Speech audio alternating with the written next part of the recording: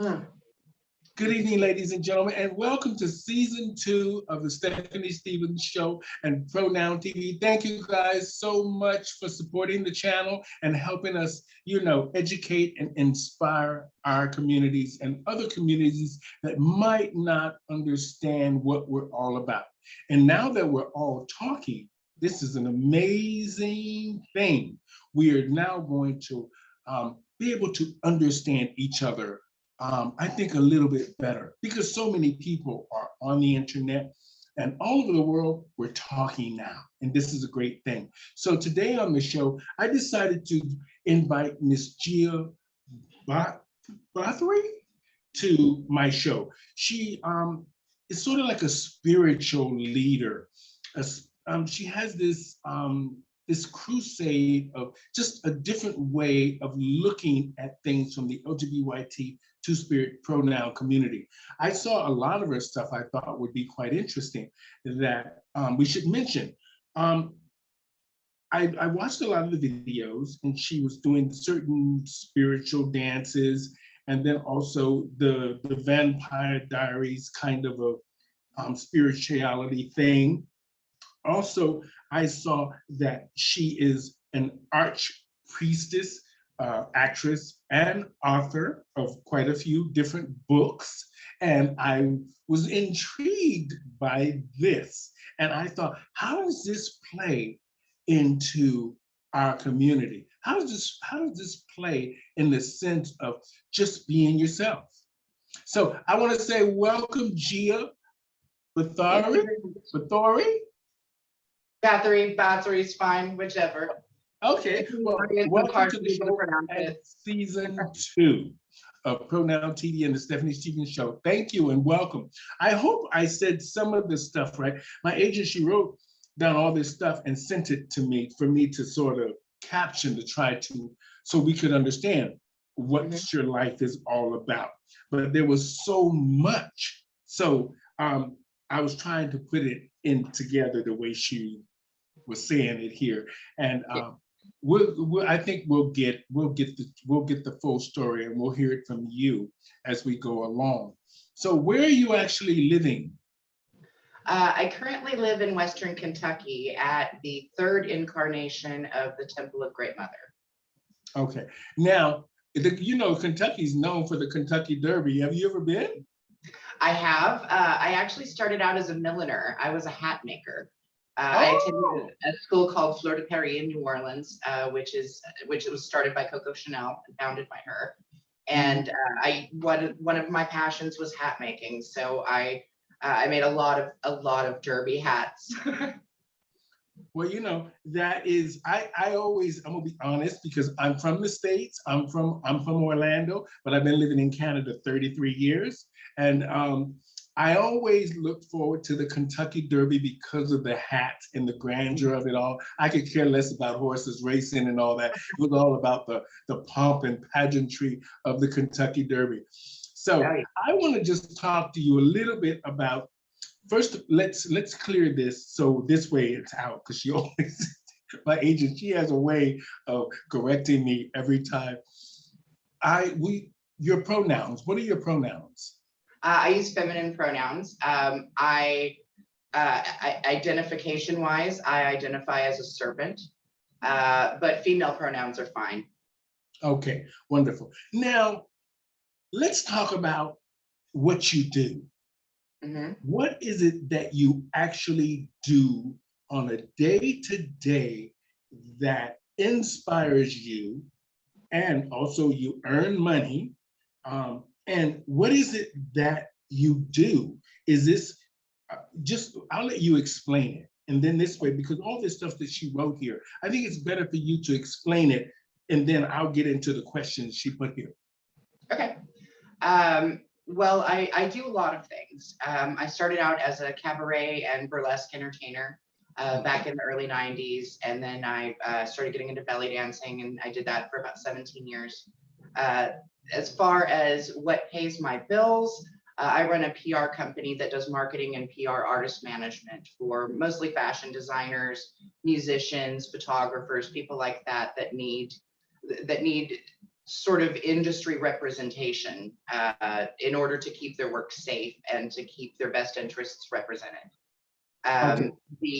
I run the temple currently, the Temple of Great Mother. We are the only traditional pagan temple in America. And I would say the best way to describe what we do is we teach people to find who they are, to hone it to perfection, and to find both internal and external balance within and outside of the world. Okay, so in terms of us regular people, I will say, what does that mean? Can you just sum it up? What does that mean to just normal people seeking your service?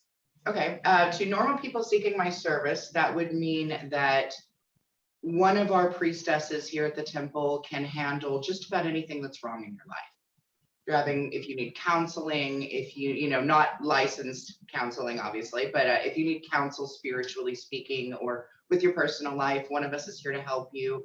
We're here to direct and guide people through the different aspects of their life: births, deaths, marriages, funerals, just like any other religious organization. On a day-to-day basis, we hold classes, we educate young pagans on pagan history as well as the future of paganism. And we hold a lot of events generally every week. We do sewing, weaving. We even have a Dungeons and Dragons night that we do on Wednesday nights that has been going on for 2 years straight. Mm-hmm. Now, is your company recognized by the government? Yes, we are recognized by the U.S. government. My paperwork first went through around 2013 was when we first started officially doing everything instead of just being a small group of people. Okay, are you seeing any success from what you're doing? Absolutely, tremendous success, especially in our local area. We've paved the way for so many pagans to find their own voice and a sanctuary here at the temple, and that for us, for pagans, regardless of their tradition or path, it's beyond necessary. It's essential for what we do. The temple is the beating heart of our spiritual belief itself. Okay, now I want to ask this question because she wrote it here. What does pagan actually mean? I mean, most people can probably Google it and figure it out, but we want to understand, what is it you consider yourself a pagan? What is it? What is the definition for yourself? Okay. Pagan is a general definition. It's very much a broad, it's like saying LGBTQIA. It's pretty much everybody that's not a straight white Christian, you know, and a Republican. It's pretty much all the rest of the world. Paganism is a blanket term that describes any form of traditional polytheism, meaning the worship of multiple gods, goddesses, deities, or demigods. Okay, now, so do you guys actually, you know, I know of the big gay bar there in Lexington, Lexington, called The Connection. Oh yeah. So, also, so do you perform there? No, not for many years. I performed at Connections, I think around like 2005, somewhere around there. But no, I usually only do performances these days for charity events, for specific events that friends of mine host, and we do events here, actually in the room that I'm in right now. We do performances and shows in here on a regular basis for all of our temple events. Okay, so it's not necessarily drag, is it?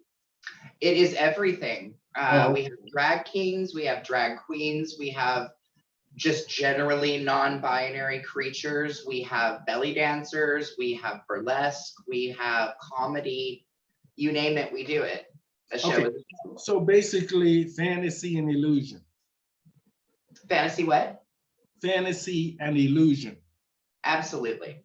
Okay, now I want to ask you something that you said before